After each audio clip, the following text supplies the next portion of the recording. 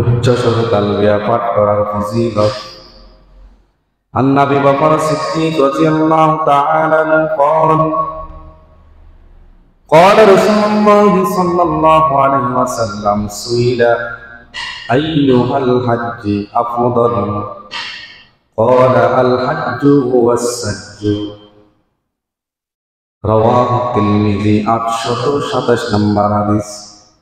হযরত আবু বকর রাদিয়াল্লাহু তাআলা আনহু তিনি বলেন রাসূল আকরাম সাল্লাল্লাহু আলাইহি ওয়াসাল্লামকে জিজ্ঞেস করা হলো কোন হজটা হলো সবচাইতে উত্তম হজ। তিনি বললেন যে হজের মধ্যে উচ্চ স্বরে তালবিয়া পাঠ করা হয় এবং কুরবানি করা হয়, ওই হজটা হলো উত্তম হজ। যে হজে জোরে জোরে লাব্বাইক লাব্বাইক লা শারীকা লাক লাব্বাইক জোরে জোরে পড়া হয় এবং কুরবানি করা হয়, ওই হজটা হলো উত্তম হজ। ওই হজ কি হজ?